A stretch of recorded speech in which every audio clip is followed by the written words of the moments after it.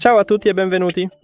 In questo video vi mostrerò come trovare le vostre cuffie HUAWEI FreeBuds nell'applicazione. Dovete iniziare aprendo l'applicazione e ora scorrere un po' verso il basso. Proprio qui abbiamo Trova Auricolari.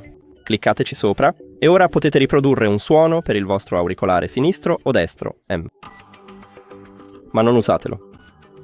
Quindi per riprodurlo basta premere su uno di questi. Quindi diciamo che voglio riprodurre il suono per quello sinistro. Basta cliccarci sopra e ora inizierà a emettere un suono. E posso farlo anche per quello destro. Dopo che l'avete trovato, basta cliccarci sopra per metterlo in pausa. Tutto qui. Grazie per aver guardato questo video. Se vi è stato utile, considerate di iscrivervi al canale e di lasciare un like al video. Per noi è davvero importante. A presto!